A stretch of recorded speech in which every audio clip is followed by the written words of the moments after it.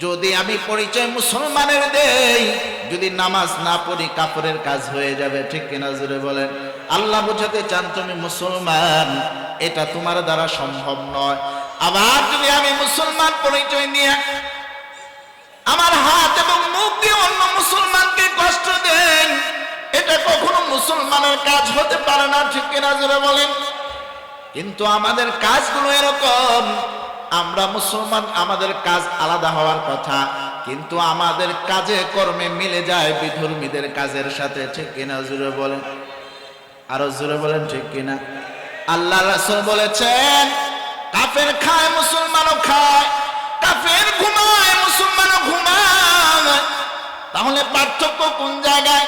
কাফের বিবাহ করে মুসলমানও করে, কাফেরও জৈবিক চাহিদা আছে মুসলমানেরও আছে, তাহলে পার্থক্যটা কোন জায়গায়? আল্লাহ রাসূল বলেন পার্থক্য হলো কাফের নামাজ পড়ে না, মুসলমান নামাজ পড়ে। কিন্তু বড় আফসোস, কাফের নামাজ পড়ে না, কিছু মুসলমানও পাওয়া যাবে নামাজ পড়ে না, ঠিক কিনা জোরে বলেন। এ মুসলমান ভাই আমার, তোমার কি মরণের ভয় নাই? তুমি কি মরবা না? তুমি কি মনে করছো তোমার বিবাহ হবে, এরপরে সন্তানাদি হবে, তুমি 5 তলা 10 তলা বানাইবা, ছেলে মেয়ে বিবাহ দিয়ে তুমি শ্বশুর হইবা, এরপরে দাড়ি পাকবে, এরপরে তোমার মরণ হবে, তুমি কি এমনটা ভাবছো? না না, মানুষের আসার সিরিয়াল থাকলেও যাওয়ার কোনো সিরিয়াল নাই। বাবাকে রেখে সন্তান ও আল্লাহর ডাকে সারা দিয়ে কবরে যেতে পারে, ঠিক কিনা। এজন্য কবি বলেছেন কেমন করে ঘুমাও তুমি, কেমন করে ঘুমাও তুমি, ফজর করে কাজা, এমনও তো হতে পারে জোহরে জানাজা তোমার, এমনও তো হতে পারে জোহরে জানাজা। কেমন করে ঘুমাও তুমি, কেমন করে ঘুমাও তুমি, ফজর করে কাজা, এমনও তো হতে পারে জোহরে জানাজা তোমার, এমনও তো হতে পারে জোহরে জানাজা, ঠিক কিনা জোরে কও। বাস্তব নাও বাস্তব। যদি বাস্তব হয়ে থাকে মুসলমান ভাই, তাহলে আমাদের আগামীকাল থেকে মুসলমানের মতো কাজ করতে হবে নাকি? না না, আগামীকালকে নয়, আমাদেরকে এখন খাঁটি মুসলমান হয়ে যেতে হবে, ঠিক কিনা। কারণ আগামীকাল আসার আগে আজরাইল আমার সাথে আইসা দেখা করেও ফেলতে পারে, ঠিক কিনা জুড়ে বলে। এই জন্য আল্লাহর পথে ফিরে আসবো আগামীকাল পরশু অমুক মাসে তমুক মাসে, এটা বলার সুযোগ নাই। এখন আজকে এই ফতুল্লার মাহফিলে আমাকে তওবা করে আল্লাহর পথে ফিরে আসতে হবে, ঠিক কিনা। এজন্য আল্লাহ তাআলা নসিহত করে আল্লাহ সিদ্ধান্ত জানিয়ে দেন যে মুসলমানের কাজ আর বিধর্মীদের কাজ একরকম হতে পারে না। মুসলমানের কাজ যেমন আলাদা, কাজের ফলাফলও আলাদা। কাফেরের কাজ যেমন আলাদা, কাফেরের ফলাফল কি আলাদা। মুসলমানের কাজ আলাদা, ফলাফল হলো জান্নাত, কাফেরের কাজ আলাদা, ফলাফল হলো জাহান্নাম, ঠিক কিনা জোরে বলেন। এই জন্য আমাদের কাজের সাথে যেন বিধর্মীদের কাজ মিলে না যায়, এটা আমাদের স্মরণ রাখা, বিচক্ষণতার পরিচয় দেওয়া দরকার আছে না নাই? বিধর্মীরা দাড়ি রাখে না, আমি দাড়ি রাখবো, ঠিক কিনা জোরে বলেন। বিধর্মীরা কোরআন পড়েন, আমি কোরআন পড়বো। বিধর্মীরা সুদ খায়, আমি সুদ খাবো না। বিধর্মীরা ঘুষ দেয়, আমি দিব না, ঘুষ নিব না, ঠিক কিনা জোরে বলেন। তাহলেই হবে আজকের এই বিশাল মাহফিলের সফলতা, ঠিক কিনা জোরে বলেন। এই জন্য আল্লাহ তাআলা জানায় দিয়েছেন কসম করে, মুসলমান এবং কাফেরের কাজ এক হতে পারে না, তোমাদের কাজ তো আলাদা আলাদা। তোমরা কেন মুসলমান হয়ে কাফেরের কাজ করতে যাও?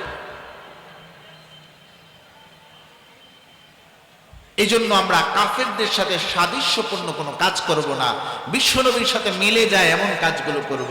রাজি আছি ইনশাআল্লাহ? তা নগদ সবক আল্লাহ দিয়ে দিছে তিনটা। কয়টা? যেহেতু সিদ্ধান্ত নিয়েছেন এই জন্য নগদ সবক তিনটা দিয়েছেন, দিয়ে আল্লাহ তাআলা একটা পুরস্কারের ঘোষণাও করছেন। আল্লাহ পাক রব্বুল আলামিন বলেন, ফাআম্মা মান আ'তা ওয়াত্তাকা ওয়া সাদ্দাকা বিল হুসনা। নগদ আমল হলো যে ব্যক্তি দান করে এবং আল্লাহকে ভয় করে এবং উত্তম বিষয়ে বিশ্বাস করে। এখানে আমল তিনটা দিছে। কয়টা? খেয়াল করে দেখেন। যে ব্যক্তি আল্লাহর রাস্তায় কি করে? দান করে এবং আল্লাহকে ভয় করে। 3 নাম্বার, উত্তম বিষয়কে বিশ্বাস করে। এখানে দানের কথাটা আগে আল্লাহ তাআলা কেন বললেন? কারণ ইবাদত মৌলিকভাবে 2 প্রকার। কয় প্রকার? 2 প্রকার। একটা হলো জানের ইবাদত আর একটা হলো মালের ইবাদত। ঠিক কিনা জোরে বলেন? পরের 2টা যেহেতু জানের ইবাদত, এই জন্য আল্লাহ তাআলা মৌলিকভাবে দোনো ইবাদতেরই সমাহার এখানে ঘটিয়েছেন। আল্লাহ তাআলা মালের ইবাদতের কথাও সবকে রেখেছেন, জানের ইবাদতের কথাও সবকে রেখেছেন। এই জন্য আল্লাহ বলেছেন যে যে দান করে এবং আল্লাহকে ভয় করে এবং উত্তম বিষয়কে বিশ্বাস করে, অর্থাৎ আল্লাহকে না দেখে বিশ্বাস করে, নবীর আদর্শ মেনে জীবনযাপন করে, এগুলো হলো উত্তম কাজ। এগুলো কি কাজ? উত্তম কাজ। এই কাজগুলো যারা করে তখন আল্লাহ তাআলার পক্ষ থেকে একটা পুরস্কার আসে। কি আসে বলেন? পুরস্কার। পুরস্কারটা কি? আল্লাহ পাক রব্বুল আলামিন বলতেছেন, ফাসানুয়াসসিরুহু লিল ইউসরা। আমি আল্লাহ তাআলা ওই ধরনের ব্যক্তিদের জন্য, কাদের জন্য? যারা জানের ইবাদত করে, মালের ইবাদত করে, আমি আল্লাহ তাআলা তাদের অন্যান্য সমস্ত আমলগুলো করা তার জন্য সহজ করে দিই। সুবহানাল্লাহ। তো আসতে বললেন। আজকে যদি আপনাদের সুপরিচিত মোহাব্বতের ভাই মেসি ভাই যদি একটা গোল দিত, আওয়াজটা এরকম হইতো না। রাগ করতেছেন আমার কথা? আমি একটু বাস্তববাদী ওয়াজ করে পছন্দ করি, কারণ আমার মাহফিলে যুবকরাই বেশি হয়। ঠিক কি হাজুরে বলে? তো এই জন্য খেয়াল করে দেখেন, আপনারা সেদিকে আওয়াজ এত জুড়ে, আপনাদের একজন মেসি ভাই যদি একটা গোল করে, কি জুড়ে আওয়াজ! আমি 10 তলায় ছিলাম, কবে যেন 10 তলা পর্যন্ত গেছে আওয়াজটা। আমার খেয়াল ছিল না, পরে আমি শুনলাম যে এত আওয়াজ কিসের, কেউ মারামারি লাগছে কিনা। পরে একজনে বললো, হুজুর আজকে ফাইনাল খেলা। কি খেলা জোরে বলেন? ফাইনাল। এত জোরে আওয়াজ দিছে, গোল বইলা 10 তলা পর্যন্ত গেছে। তাহলে প্রত্যেক গোল গোল শব্দে কয় নাকি? 10 নাকি? কোনো নাকি নাই। কিন্তু সুবহানাল্লাহ আলহামদুলিল্লাহর মধ্যে সওয়াব আছে না নাই? একবার সুবহানাল্লাহ বললে জান্নাতে কয়টা গাছ হবে এবং সেই গাছের ছায়া কতটুকু?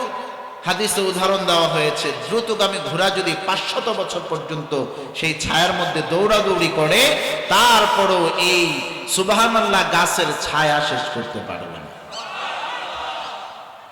তারপরে সুবহানাল্লাহ আমরা আসতে দেই। ঠিক কিনা জোরে বলেন? এর কারণ কি? আমাদের ইমানের ব্যাটারির চার্জ কমে গেছে। ঠিক কিনা জোরে বলেন? সেই চার্জ দেওয়ার জন্যই এই জাতীয় মাহফিলগুলো করা। ঠিক কিনা জোরে বলেন? এই জন্য আল্লাহ পাক রব্বুল আলামিন, আমরা যদি মৌলিকভাবে আল্লাহর এই নসিহতগুলো শুনি, অর্থাৎ আমরা যদি দান করি, আমরা যদি আল্লাহকে ভয় করি এবং উত্তম বিষয়কে বিশ্বাস করি, আল্লাহ তাআলা সমস্ত নেক আমলগুলো সম্পাদন করা আল্লাহ সহজ করে দিবেন। আর তো আসতে বলেন। বাংলাদেশ হুজুর উল্টা চলে, আসতে গেলে জোরে জোরে বলে আসে।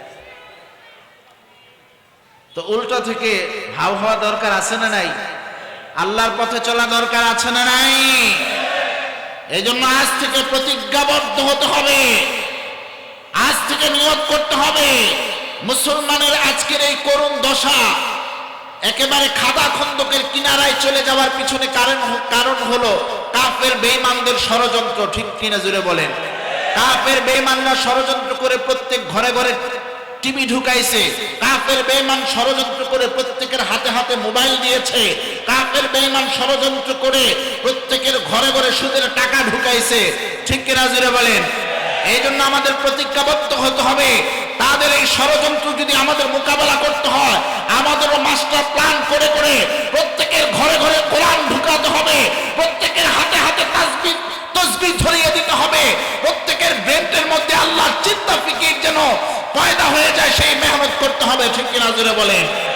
এই মেহনতগুলো করার জন্যই উলামা একরাম ভূমিকা রাখতেছে, কিন্তু তারা সেখানেও ষড়যন্ত্র করে সাধারণ মানুষকে কিভাবে আলেম থেকে দূরে সরানো যায়, মসজিদ থেকে দূরে সরানো যায়, মাদ্রাসা থেকে দূরে সরানো যায়, সেই ফিকির করে মানুষের মনে আলেমদের প্রতি একটা বিদ্বেষ ঢুকাই দিতেছে। ঠিক কিনা জোরে বলেন? আজকে ফতুল্লাহ চটলার মাঠে আমাদেরকে ওয়াদাবদ্ধ হতে হবে, কাফের বেঈমান যতই ষড়যন্ত্র করে আমাদেরকে মসজিদ মাদ্রাসা থেকে দূরে সরাতে চায়, আলেম ওলামা থেকে দূরে সরাতে চায়, কোরআন থেকে দূরে সরাতে চায়, আমরা তো দূরে যাব না। আমাদের বুকে কোরআন আঁকড়ে ধরে আলেম ওলামার সোহবতে গিয়ে আমরা আল্লাহর পরিচয় নিব। কেউ বাধা দিতে আসলে তার মোকাবেলা প্রয়োজনে আমরা রাজপথে নেমে করব, তারপর বাতিলের সাথে আপোষ করব না। ঠিক কিনা জোরে বলে?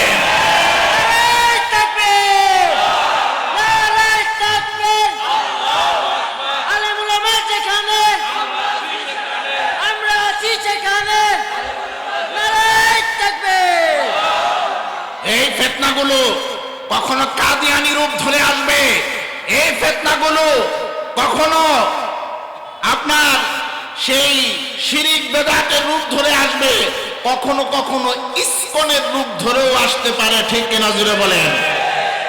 এই জন্য সাবধান, মুসলমান ঘুমিয়ে যায় নাই।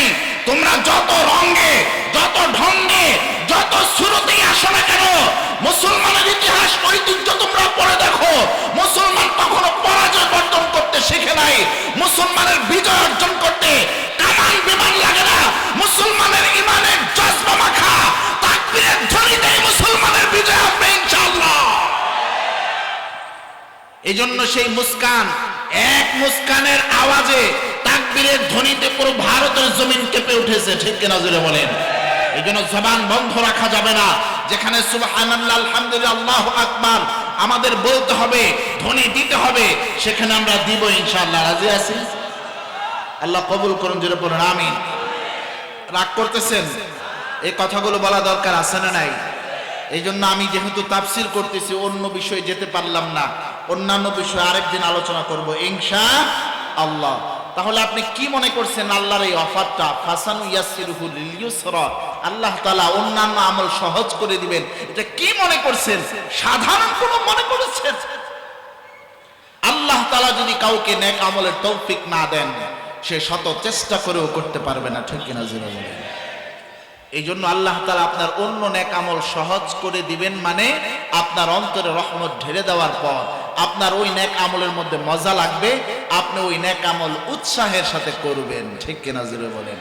আর যদি আল্লাহর রহমত নাজিল হয়, এই নেক আমলের প্রতি আপনার এমন একটা অনীহা সৃষ্টি হবে, আপনি নেক আমল যাবে একদিকে, আপনি নেক আমলের 10 হাত দূরে চলে যাবেন। ঠিক কিনা জোরে বলেন?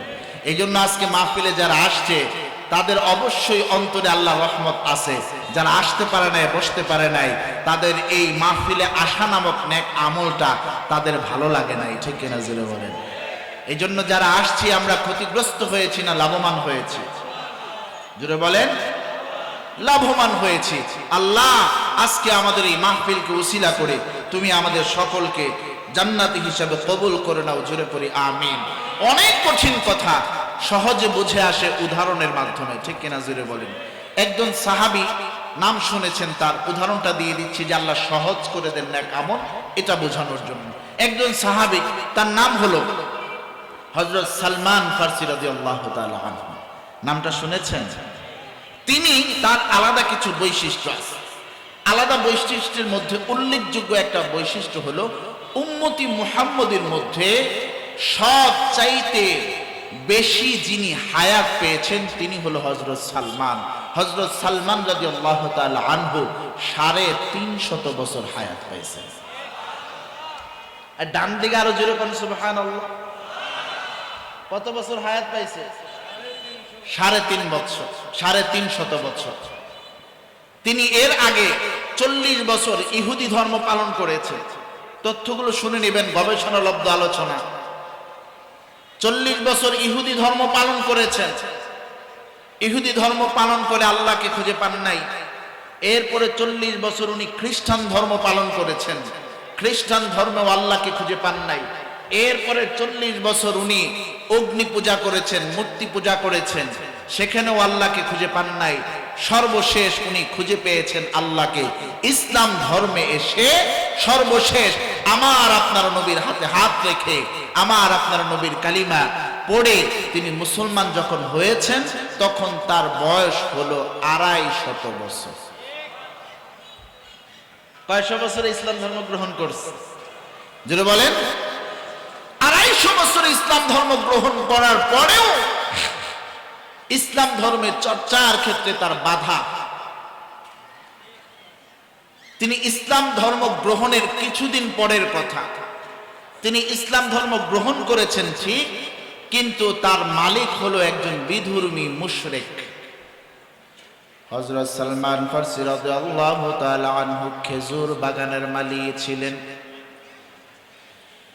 খেজুর বাগানে হযরত সালমান ফারসি রাদিয়াল্লাহু তাআলা আনহু কাজ করেন। তার মালিক একজন বিধর্মী, একজন মুশরিক। মালিকের কাছে থাইকা ইসলাম ধর্ম চর্চা করা যায় না। দেখবেন ওদিন ঢাকায় গেন্ডারি এলাকায় একটা মাহফিলে গিয়েছিলাম। একজন মাহফিল শেষে এসে আমাকে আফসোসের সাথে বললেন, হুজুর 5 ওয়াক্ত নামাজ ঠিকই পড়তে চাই, কিন্তু টাকা পয়সা নাই, ঢাকাতে কোনো বাড়ি ঘর নাই হুজুর।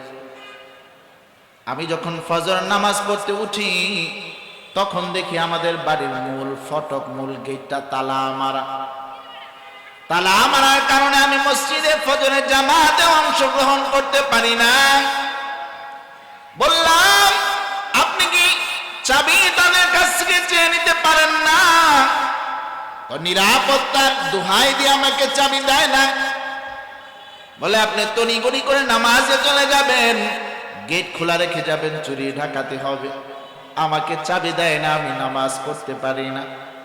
কথাটা বললাম এই জন্য, অনেক সময় ইচ্ছা থাকার পরেও বিধর্মীদের কারণে, ঈমান দুর্বলতার কারণে, আমরা যাদের অধীনে থাকি, কাজ করি, তাদের কারণে ইবাদতে অংশগ্রহণ করা যায় না।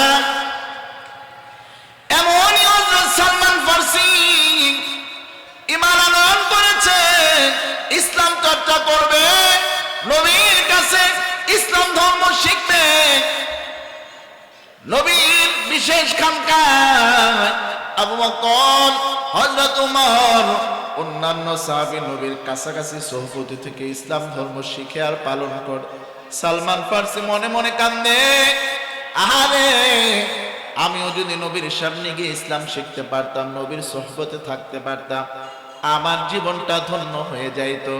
কিন্তু কি করার, আমি গোলাম, আমার মালিক হলো একজন মুশরিক মালিক। কিন্তু আমার কি করা যায়? সারাদিন কাজ করে রাতের বেলা কান্দে। এ মুসলমান, একদিন খেজুর বাগানে কাজ করতেছে, সালমান ফারসির মালিক কয়, এর সালমান, তোমার চোখে পানি কেন রে সালমান? তোমার কি শরীরটা ভালো না?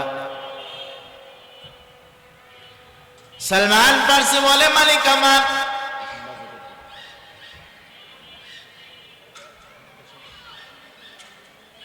মালিক আমার শরীরে কোনো সমস্যা নাই, আমার মনটা ভালো না রে মালিক, আমার মনটা চাই আমি একটু মদিনা যাইতাম। মালিক শুনাও না শোনার ভান ধরে চলে গেছে। এরপরে সালমান ফারসি একটা সুযোগ খুঁজতেছে, কিভাবে মালিকের কাছ থেকে মদিনায় যাওয়ার অনুমতি নেওয়া যায়। এই জন্য দেখবেন অনেক স্ত্রীরা স্বামীর কাছ থেকে কোনো কিছু আবদার করার আগে দেখে স্বামীর মনটা কখন ভালো, তখন গিয়ে আবদারটা করে। সালমান ফারসি একদিন দেখলেন তার মালিকের মনটা বড্ড ভালো, খুশি খুশি মেজাজে আছে। সালমান ফারসি গিয়ে বলে, মালিক রে, দিবেননি একটু মদিনা যাওয়ার ছুটি দিবেননি? মালিক বলে, তুমি বারবার এই কথাটা আমার সামনে কেন বলো না সালমান? তোমার সততার কারণে আমি তোমাকে ভালোবাসি, ঠিক আছে, কিন্তু এই কথা আমার সাথে বারবার বলবা না, তাহলে কিন্তু তোমার সাথে আমার সম্পর্ক নষ্ট হয়ে যাবে। সালমান ফার্সি এখনো সুযোগটা নিতে পারলেন না। কি করা যায়? আল্লাহর কাছে রাতের গভীরে নামাজ পড়ে পড়ে দোয়া করে, আল্লাহ গো, একটা পথ আমাকে দেখায় দেন। আমার আল্লাহ একটা পথ দেখায় দিলেন সালমান ফার্সিকে।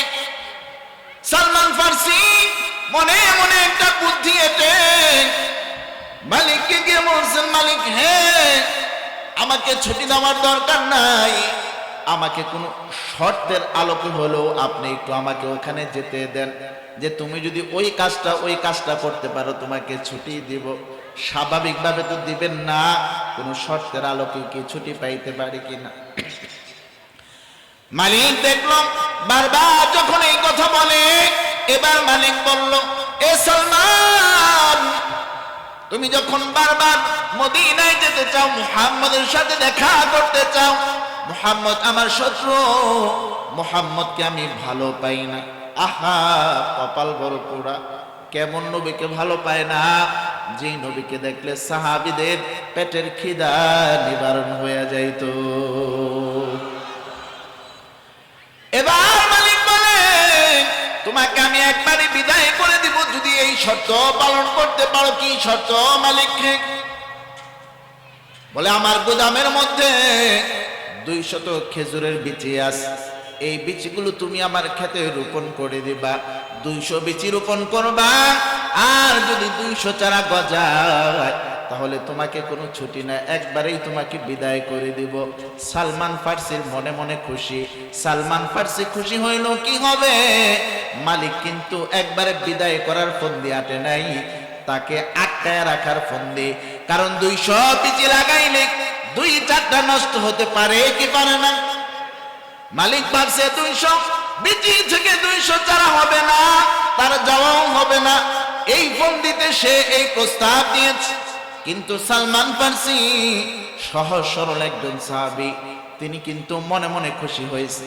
কোন এক মারফতে মদিনায় খবর পাঠায় দিছে, নবী গো, আমার মালিক এক শর্তে হলেও আপনার কাছে আসতে রাজি হয়েছে, তবে এখন ছুটি নয়, আপনার কাছে একবারে এসে আপনার কাছে তালিম নিয়ে আমি ইসলাম শিখে ইসলাম পালন করে আল্লাহর দিদারে ধন্য হতে পারবো। বিশ্বনবী খবর পৌঁছা দেন, এ সালমান, তুমি বীজগুলো নিজেই রোপণ করবা না, আমি আয়েশা রোপণ করব। ঘটনা লম্বা। একদিন চলে আসলেন বিশ্বনবী, নিয়ে আসলেন সাথে আবু বকর এবং ওমর রাদিয়াল্লাহু তাআলা আনহুকে। এবার বিশ্বনবীকে দেখা সালমান ফার্সি দৌড়ায় বাড়ি থেকে গিয়ে বীজগুলো নিয়ে আসছে, নবীর হাতে দিয়ে দিয়েছে। সালমান, তুমি ঘেমে গেছো রে সালমান, এত তাড়াতাড়ি তুমি কিভাবে আসলা সালমান? সালমান ফার্সি কয়, আমি আমার নবীকে দাঁড় করায় গিয়েছি, নবীর যেন কোনো কষ্ট না হয়, এই জন্য আমি এক দৌড়ে গিয়েছি, এক দৌড়ে আসছি গো নবী। তারপরেও যদি আপনার কষ্ট হয় ক্ষমা সুন্দর দৃষ্টিতে দেখবেন। সালমান ফার্সি, আর দেরি করবো না, চলো ক্ষেতের মধ্যে বীজগুলো রোপণ করে দেব। আবু বকর এবং ওমর বিশ্বনবীর হাতে বীজগুলো তুলে দেয় এবং বিশ্বনবী খুব সুন্দর করে পুরো ক্ষেতের মধ্যে বীজগুলো রোপণ করে দিয়েছে। ঘটনা লম্বা। বিশ্বনবী বীজ রোপণ করে চলে গেছে মদিনা, আর বলে গেছে, সালমান, এই বীজগুলোর চারা গজাইলে তোমার মালিক তো তোমাকে বিদায় দিয়ে দিবে, আসবা আমার খানকায় আসবা। সালমান ফার্সি প্রতিদিন সকাল হলে ওই ক্ষেতের মধ্যে যায়, কবে বিচি থেকে চারা গজাবে আর কবে সালমান ফার্সি মদিনায় যাবে। কিন্তু অনেক ধনী পাওয়া যায়, মক্কা মদিনা যাওয়ার তৌফিক থাকলেও মক্কা মদিনা যেতে পারে না, ঠিক কিনা জুড়ে বলেন? আর সাহাবীদের তৌফিক নাই, কিন্তু মন পড়ে থাকে বিশ্বনবীর দরবারে, বিশ্বনবীর সিরত এবং সুরতে। এই জন্য নবীর খাঁটি আশিক যদি হতে চাও, নবীর ভালোবাসা অন্তরে পয়দা করো, নবীর সিরত সুরত মেনে তোমার জীবন যাপন করো, দেখবা তোমার ভাগ্য যদি ভালো হয় তুমি নবীর সাথেই জান্নাতে থাকতে পারবা। লম্বা ঘটনা। একদিন সকালবেলা সালমান ফার্সি নজর করে দেখেন পুরো ক্ষেত ভরে খেজুরের চারা গজায় গেছে। সালমান ফার্সি বড্ড খুশি হয়েছে। 200 বিচিতে চারা গজাইয়া পুরো ক্ষেত ভরপুর হয়ে গেছে। মালিক থেকে টান দেয়, মালিক আসেন, দেখে যান পুরো ক্ষেত ভরে খেজুরের চারা হয়েছে, দেন আমাকে ছুটিয়ে দেন। মালিক এত খুশি হওয়ার কিছু নাই, আগে চলো খেতে যাই এবং গনে গনে দেখি 200 বিচিতে 200 চারা হয়েছে কিনা। মালিক গয়না দেখে পুরো ক্ষেতের মধ্যে 198টা খেজুরের চারা হয়েছে। কয়টা চারা বলেন? সালমান ফার্সি কয় দেন, মালিক ছুটি দেন। শর্ত ছিল কি 200 বিচি থেকে 200 চারা হতে হবে। চারা হয়েছে 198টা, 2টা হয় নাই, তোমার যাওয়ার কোনো অনুমতি নাই। এতদিন আশা ছিল মদিনায় যাবে, এই আশা যখন নিরাশা হয়েছে, সালমান ফার্সির মুখের মধ্যে আর হাসির আভা নাই, মাটির মধ্যে গড়াগড়ি করে সালমান ফার্সি কান্দে। এ মুসলমান, কোন এক সাহাবীর মাধ্যমে বিশ্বনবীর কাছে খবর চলে গেছে। ঘটনা লম্বা সময় আমার কম। বিশ্বনবী চলে আসছে সেই সালমান ফার্সির কাছে। এ সালমান, তুমি কি সারা দিন কিছু খাও নাই?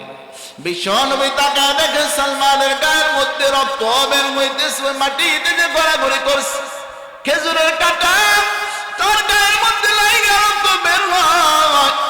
এবার বিশ্বনবী কয়, এ সালমান, তুমি সকালেও খাও নাই, দুপুরেও বুঝি কিছু খাও নাই? না নবী, খাই নাই। রাত হয়ে গেছে এখনো কিছু খাও নাই? না খাই নাই। তুমি নবী গো, আপনি আসার পর আমার সারা দিনের খিদা আপনার চেহারা দেখা নিবারণ হয়ে গেছে। চলো দেরি করবো না, ক্ষেতের মধ্যে চলো। তুমি কেন অনুমতি পাও নাই মদিনায় যাওয়ার জন্য? বলে 198টা খেজুরের বিচি থেকে 200 বিচি থেকে 198টা চারা হয়েছে, এজন্য মালিক অনুমতি দেয় নাই। বিশ্বনবী নিজেও গুনে দেখে 198টাই চারা। বিশ্বনবীর মনটা খারাপ হয়ে গেছে। আমি নিজ হাতে বিচিগুলো লাগাইলাম, আমার আল্লাহ বুঝি 200 বিচি থেকে 200 চারা দিতে পারলো না। জিব্রাইলকে আমার আল্লাহ পাঠাই দিয়েছেন, নবী মন খারাপ করছে, তুমি গিয়ে শোনায় দাও এই বিচিগুলো কি শুধু আমার নবী মুহাম্মদে লাগাইছে না অন্য কেউ লাগাইছে? জিব্রাইল কানে মুখে এসে বলে, নবী আপনার মন খারাপ কেন? আমি 200 বিচি লাগাইছি, 198টা চারা হয়েছে, 2টা হয় নাই। জিব্রাইল মিসকি হাসি দিয়ে কয়, বিচিগুলো কি আপনি লাগাইছেন না অন্য কেউ লাগাইছে? না, বিচি তো আমিই লাগাইলাম। কই না, একটু গবেষণা করে দেখেন, তদন্ত করে দেখেন। তদন্ত আর কি করব? আমার সাথে ছিল আবু বকর, আমার সাথে ছিল উমর, আর এই হলো সালমান। সালমান, তুমি কি বিচি লাগাইছো? কই না, না আমি লাগাই নাই। আবু বকরকে জিজ্ঞেস করছে, আবু বকর তুমি কি লাগাইছো? কই নবী আমি বলবো না, উমরের জিগায় দেখেন। উমরকে জিগা, উমর তুমি কি বিচি লাগাইছো? উমর কয়, ইয়া রাসূলুল্লাহ, ইয়া হাবিবাল্লাহ, আমি আগে লাগাই নাই। আবু বকর আগে একটা বিচি লাগাইছে, এরপরে আমি একটা লাগাইছি। সুবহানাল্লাহ, জোরে বলবেন। আবু বকর একটা লাগাইছেন, হযরত উমর একটা লাগাইছে। বিশ্বনবী বিচি লাগানোর পর তারা চলে যাইতে নিবে, এমন সময় দেখে কিভাবে যেন ভুলে হলো 2টা বিচি রয়ে গেছে। তখন হযরত উমর কয়, আমি একটা লাগাই, আপনি একটা লাগায় ফেলেন। এই হলো ঘটনা। তখন জিব্রাইলকে বিশ্বনবী বলে, এ জিব্রাইল, বুঝলাম আবু বকর একটা লাগাইছে, উমর একটা লাগাইছে, তাহলে আবু বকর উমর লাগাইছে তাতে কি হয়েছে? আমার আবু বকরের সম্মান কি আল্লাহর দরবারে নাই? আমার উমরের মর্যাদা কি আল্লাহর দরবারে নাই? জিব্রাইল বলে, হ্যাঁ অবশ্যই আছে। আবু বকর জান্নাতে একটা বালাখানা পাবে, স্পেশাল বালাখানা, যেই বালাখানার দরজাটা হবে এই দরজা এক পাশ থেকে আরেক পাশ এটা হবে 40 বছরের সমান। উমরের কি দাম নাই? কহা আস। কাল হাসরের ময়দানে খাস আরশের নিচে 2টা সিংহাসন হবে। ওই 2টা সিংহাসনে একটা সিংহাসনে আমার আল্লাহ হযরত উমরকে বসার তৌফিক দিবে। তাহলে আমার আবু বকরের যদি এত দাম হয়, আমার উমরের যদি এত দাম হয়, তাহলে তারা বিচি লাগানোর পর কেন গাছ গজাইলো না, চারা কেন হলো না জানতে চাই। আল্লাহর কাছ থেকে জেনে আইসা জিবরাইল নবীকে জানায়া দেয়, এ নবী কেন এমনটা আল্লাহ করেছে জানে? আবু বকরের দাম আল্লাহর কাছে আছে, উমরের দাম আল্লাহর কাছে আছে, কিন্তু আপনি নবীর সমান তাদের সম্মান নয়। আমার আল্লাহ এমনটা করেছে, আপনার হাতে যেই বিচিগুলো লাগাইছেন সেগুলো চারা গজাইছে, তারা যেই 2টা লাগাইছে চারা আল্লাহ গজাইতে দেন নাই। আমার আল্লাহ বোঝাতে চান পুরো পৃথিবীর কারো মর্যাদার সমান আপনার সম্মান হবে না। আপনার হাতের বরকতে 198টা চারা হয়েছে, তাদের সম্মান থাকলেও আপনার সম্মানের মতো নয়। এটা বোঝানোর জন্যই বাকি 2টা বিচিতে আমার আল্লাহ চারা গজাইতে দেন নাই। তবে একটা খুশ খবর আল্লাহ শোনাই দিয়েছে, যেই 2টা বিচিতে চারা হয় নাই, ওই অংশটার সামনে গিয়ে আপনি একটু দোয়া করেন আর আপনি আল্লাহর কারিশমা দেখতে থাকেন। বিশ্বনবী গিয়ে দোয়া করছে, দোয়া করার পর ওহির মাধ্যমে জানাইছে, হে নবী আপনি বলেন যে আল্লাহর হুকুমে তোমরা চারা হয়ে যাও। নবী বলছে যে আল্লাহর হুকুমে চারা হয়ে যাও, সাথে সাথে 2টা বিচি থেকে চারা হয়ে গেছে। এই সালমান যাও, তোমার মালিক থেকে ছুটি নিয়ে মদিনা চলে আসো। আমি গেলাম, মালিকের কাছে গেছে, আসেন আপনি না বলছেন 200 হইলে আমার ছুটি দিবেন, আসেন। মালিককে টাইনা নিয়ে আসছে। মালিক এবার গয়না দেখে ঠিকই 200 হয়েছে, কিন্তু মালিক বলে যে 200 হয়েছে ঠিক আছে, কিন্তু 200 চারা তো একসাথে হয় নাই, এই জন্য যেতে দেওয়া যাবে না। নাউজুবিল্লাহ বলতেন। এরকম কিছু খোরা যুক্তি দেনওয়ালা সমাজে আছেন। আপনি যতই যুক্তি দেন, কার পিছনে নামাজ পড়ুন, হে ইমামই খুঁজে পায় না, ঠিক কিনা জোরে বলেন। এই জন্য ওই ধরনের খোরা যুক্তির দাঁত ভাঙ্গা আপনারা দিতে পারবেন না।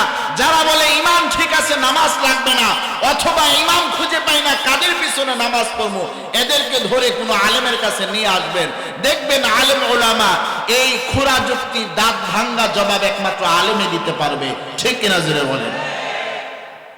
দেয় নাই যাইতে, কান্দে। সালমান ফার্সি কি করে? কান্দে। আরে লম্বা ঘটনা, আমাকে বলছে সংক্ষেপ করতে। আরেকদিন গিয়ে বলে, মালিক আর কোনো উসিলা আছে কিনা যে এই উসিলা আমি যেতে পারবো? মালিক কয় যে 200 গাছ গজাইছি এক শর্ত দিয়া, হ্যাঁ এখন দেখি আরো কিছু ফায়দা নিতে পারি কিনা। ঠিক আছে, তুমি যেহেতু চাইতেছো এই 200 গাছে যদি একত্রে খেজুর ধরে তাইলে তোমার ছুটি দিয়ে দেবে। 200 গাছে কি ধরলে? একত্রে খেজুর দিলে। আচ্ছা, কোন গাছে কি একত্রে খেজুর আসে? জোরে বলে। একত্রে খেজুর আসে না। নবীর কাছে কোন মাধ্যমে খবর গিয়েছে যে আপনার আসে 200 খেজুর গাছে একসাথে খেজুর আসলে আপনার সোহবতে সে ধন্য হতে পারবে। নবী এবার ওই খেজুর বাগানে সময় মতো আইসা আল্লাহর কাছে দোয়া করলেন, ওগো আল্লাহ, তুমি না বলছো আমাকে ভালোবাসলে তুমি তাকে ভালোবাস। সালমান ফার্সির অন্তরে আমার জন্য ভালোবাসার কোনো কমতি নাই রে আল্লাহ, আমার সোহবতে ধন্য হয়ে ইসলাম শিখে মানতে চায়, দেও। তার কোনো সুযোগ নাই, একটা সুযোগ আস। 200 গাছে যদি একত্রে খেজুর আসে তাহলে সে তার মুশরিক মালিকের কাছ থেকে ছুটি পেয়ে আমার কাছে যেতে পারবে। ও আল্লাহ, আমার দোয়াটা কবুল করো। জিবরাইল আলাইহিস সালাতু ওয়াস সালাম বিশ্ব নবীর কানে মুখে এসে খবর শোনায়, আপনি দোয়া করতে দেরি হয়েছে, আমার আল্লাহ দোয়া কবুল করতে দেরি করেন নাই। বিশ্ব নবী দোয়া ছেড়ে তাকাইতেছে খেজুর হয়েছে কিনা, তাকায় দেখে কোনো খেজুর হয় না। এই জিবরাইল, তুমি না বললে আল্লাহ দোয়া কবুল করছে, খেজুর কই? কই আপনি যেখানে দাঁড়ায় আছেন এটা হলো বাম দিক, ডান দিক থেকে খেজুর ধরে ধরে আসতেছে। কিছুক্ষণের মধ্যে পুরো 200 গাছের মধ্যে খেজুর আইসা পড়ছে। সুবহানাল্লাহ, জোরে বলুন সুবহানাল্লাহ। সালমান গণ খেজুর গণ। সালমান তো আমার মালিক, যে অবস্থা 200 বিচি একসাথে চারা হয় নাই, ছুটি দেয় নাই। এখন যদি আবার এটার মধ্যে আইছে 100, এটার মধ্যে 150, এটার মধ্যে 2টা, এটার মধ্যে 3টে, এই ওসিলা যদি দেখায়, দেখি তো নবী প্রত্যেকটা গাছের মধ্যে খেজুর কি পরিমাণ। এবার সালমান ফার্সি গয়না দেখে, একেবারে শুরু থেকে নিয়ে শেষ গাছটা পর্যন্ত প্রত্যেকটা গাছে, একেবারে প্রত্যেকটা গাছে 500 করে খেজুর আসছে। কোনোটাতে কমও না, কোনোটাতে বেশিও না। সালমান ফার্সি তাড়াতাড়ি মালিকরা আনছে। দেখেন পুরো 200 গাছে একত্রে খেজুর হয়েছে। শুধু তাই নয়, প্রত্যেকটা গাছে সমান পরিমাণ খেজুর হয়েছে। মালিক গয়না দেখে সব ঠিক আছে, কিন্তু আল্লাহ যদি কাউকে হেদায়েত দিতে চায়, ঘোড়ায় ফিরাও দিতে পারে, ঠিক কিনা জোরে বলে। আর আল্লাহ তাআলা যদি কাউকে হেদায়েত থেকে দূরে সরায় দিতে চায়, নেক কাজে রেখেও তাকে জাহান্নামী বানাতে পারে, ঠিক কিনা জোরে বলে। সালমান ফার্সি বলে, অনেক অজুহাত দিয়ে আমাকে আপনি ধরে রাখছেন, আর পারবেন না, আপনার শর্ত পুরা হয়েছে, আমাকে আপনি ছেড়ে দেন, মদিনায় চলে যাব। এবার সালমান ফার্সির মালিক বলে, তোমাকে আর ধরে আমি রাখতে পারবো না, তবে আমার 2টা প্রশ্নের উত্তর তুমি দিয়ে যাও। 200 খেজুরের বিচিতে একসাথে চারা হওয়ার কথা নয়।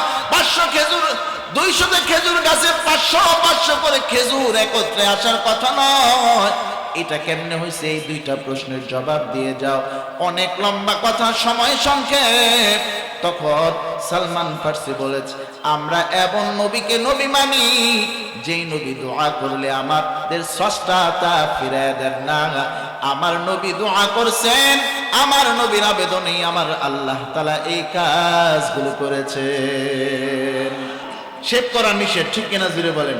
এই জন্য বিধর্মীরা না পাক, এই জন্য তাদের পাক হতে হয়। ঠিক আছে, আমি একটু বাইরে গোসল করে আসি। বাড়িতে গেছে ওই সালমান ফার্সির মালিক গোসল করতে, গিয়া দেখে আগেই তার স্ত্রী এবং সন্তানরা গোসল করে রেডি হয়ে গেছে। কি ব্যাপার তোমরা? কয়, তুমি এতদিন সালমান ফার্সিকে বাধা দিয়েছো, ভয়ে বলতে পারি নাই। আমরা অনেক আগে সালমান ফার্সি যার হাতে হাত রেখে কালিমা পড়ে মুসলমান হয়েছে, তার কর্মকাণ্ড ভালো লেগে আমরা আগেই তার কাছে ঈমান গ্রহণের জন্য প্রস্তুত হয়ে আগে আছি। আজকে যখন শুনলাম সালমান ফার্সিকে তুমি সুযোগ দিয়েছো, এই জন্য আগেই আমরা গোসল করে রেডি হয়েছি। নাও, তুমিও গোসল করে আমাদের সাথে একসাথে নাও। পুরো পরিবার বিধর্মী থেকে আমরা কালিমা পড়ে মুসলমান হয়ে যাব। ঘটনা এখানে রেখে দিলাম। ঘটনা শোনাতে কেন চেয়েছিলাম? বলেছিলাম ফাসানুয়াসসিরুহুল ইউসরা, আল্লাহর প্রাথমিক হুকুম আহকামগুলো মানলে আল্লাহ সমস্ত নেক আমল সহজ করে দেয়, ঠিক কিনা জোরে বলেন। এই যে উত্তম বিশ্বাসী হয়েছে, আল্লাহর উপর বিশ্বাস স্থাপন করেছে, নবীর উপর বিশ্বাস স্থাপন করেছে। এই জন্য সালমান ফার্সির বেলা আল্লাহ কিভাবে সহজ করলেন? 200 বিচি থেকে 200 চারা হওয়া কিনা সম্ভব না, এই সহজ কে করে দিয়েছেন? 200 খেজুর গাছে একসাথে খেজুর আসা সম্ভব না, এই সহজ কে করে দিয়েছেন? আল্লাহ তাআলা যে সহজ করে দেন, এটা বোঝানোর জন্য এই ঘটনা টানা প্রক্ষান্তরে আমার আল্লাহ তাআলা বলতেছে, ওয়া আম্মা মান বাখিলা ওয়াস্তাগনা ওয়া কাযাবা বিল হুসনা ফাসানুয়াসসিরুহু লিল উসরা। প্রক্ষান্তরে কেউ যদি কি করে, যে উত্তম কৃপণতা করে এবং উত্তম বিশ্বাস না স্থাপন করে তারা বিমুখ হয় এবং ওয়া কাযাবা বিল হুসনা, তারা আপনার উত্তম বিশ্বাসকে বিশ্বাস না করে তা অস্বীকার করে, তখন তাদের বেলা কি হয়? ফাসানুয়াসসিরুহু লিল উসরা, তখন আল্লাহ তাআলা তার জন্য গুনাহের কাজ সহজ করে দেয়। নাউজুবিল্লাহ বলবেন। ওই 3টা আমলেরই ব্যত্যয় যদি ঘটে, অর্থাৎ দান না করে কৃপণতা করে, আল্লাহকে ভয় না করে আল্লাহ বিমুখ হয় এবং উত্তম বিশ্বাসকে বিশ্বাস না করে দূরে সরে আসে, তখন নেক কাজ সহজের পরিবর্তে আল্লাহ তাআলা গুনার কাজ সহজ করে দেয়। আল্লাহ যদি কারোর জন্য গুনাহের কাজ সহজ করে দেয়, তার জাহান্নামের গর্তে যাওয়া ছাড়া আর কোনো উপায় নাই, ঠিক কিনা জোরে বলেন। এই জন্য 4 নাম্বার পয়েন্ট হলো, কি বলেছিলাম? বলেছিলাম যে 4 নাম্বার পয়েন্টের সংক্ষিপ্ত ব্যাখ্যা দিয়ে দিয়েছি। 5 নাম্বার ব্যাখ্যা হলো শিক্ষা। আমরা এখান থেকে এই 10টি আয়াত থেকে 3টা শিক্ষা নিতে পারি। কয়টা শিক্ষা জোরে বলেন? 3টা শিক্ষা। 1 নাম্বার শিক্ষা হলো যে পুরো পৃথিবীর সমস্ত মানুষের কাজ এক নয়, বিধর্মীদের কাজ এক, মুসলমানের কাজ আরেক, এবং বিধর্মীদের পুরস্কার একরকম, মুসলমানের পুরস্কার আরেক রকম। তাদের কাজ হলো নামাজ ত্যাগ করা, আমাদের কাজ হলো নামাজ ধরা। তাদের কাজ হলো সুদ ঘুষের সাথে জড়িত হওয়া, আমাদের কাজ হলো সুদ ঘুষ মুক্ত জীবন যাপন করা। তাদের কাজ হলো নবীকে না মেনে মন চাহি জিন্দিগি গড়া, আমাদের কাজ হলো নবীকে মেনে নবীর আদর্শ মেনে জিন্দিগি গড়া। ঠিক কিনা জুড়ে বলেন? এটা হলো 1 নাম্বার শিক্ষা। 2 নাম্বার শিক্ষা হলো, আপনি যদি ঈমান আনয়ন করে প্রাথমিক পর্যায়ের আমলগুলো করতে পারেন, আল্লাহ তাআলা সমস্ত আমলগুলো করা আপনার জন্য সহজ করে দিবে। ঠিক কিনা জোরে বলেন? 2 নাম্বার শিক্ষা। 3 নাম্বার শিক্ষা হলো, মৌলিক নেক আমলগুলো যদি আপনি না করতে পারেন, তথা ঈমান আনয়ন করা। কি আনয়ন করা? ঈমান আনয়ন করা, নামাজ পড়া ইত্যাদি ইত্যাদি মৌলিক কাজগুলো যদি আপনি না করতে পারেন, তাহলে আপনার জন্য জাহান্নাম সহজ আল্লাহ করে দিবেন। ঠিক কিনা জোরে বলেন? এই জন্য আমরা কালিমা আনয়নের পর আল্লাহ তাআলার প্রাথমিক পর্যায়ে নেক আমলগুলো করে সমস্ত নেক আমল আল্লাহর পক্ষ থেকে সহজ হোক, এটা আমরা চাই কি চাই না? জোরে বলেন, চাই কি চাই না? তাহলে প্রাথমিক কাজ হলো ঈমান আনয়ন করা, 5 ওয়াক্ত নামাজ পড়া, হজ ফরজ হলে হজ করা, যাকাত ফরজ হলে যাকাত দেওয়া। ঠিক কিনা জোরে বলেন? এই জন্য মা বাবার খেদমত করা, আলেম উলামার সুহবতে থাকা, কোরআন অনুপাতে জিন্দেগি গড়া, এই কাজগুলো কারা কারা করতে পারবো? তো হাত উঁচু করে আল্লাহকে দেখায়। নারায়ে তাকবীর, নারায়ে তাকবীর। আয় আল্লাহ, চটলার মাঠে 2 দিন ব্যাপী বিশাল ইসলামী মহাসম্মেলনের আজকের প্রথম দিনে আয় আল্লাহ, আপনার এই বান্দাগুলো হাত উঁচু করে ইসলামের সমস্ত বিধিবিধানগুলো মেনে জীবন যাপন করবে সেই নিয়ত করেছে। আপনি সেই নিয়ত কবুল করে নেন। সকলে পড়ে নেই আমিন। ওয়া আখিরু দাওয়ানা আলহামদুলিল্লাহি রাব্বিল আলামিন।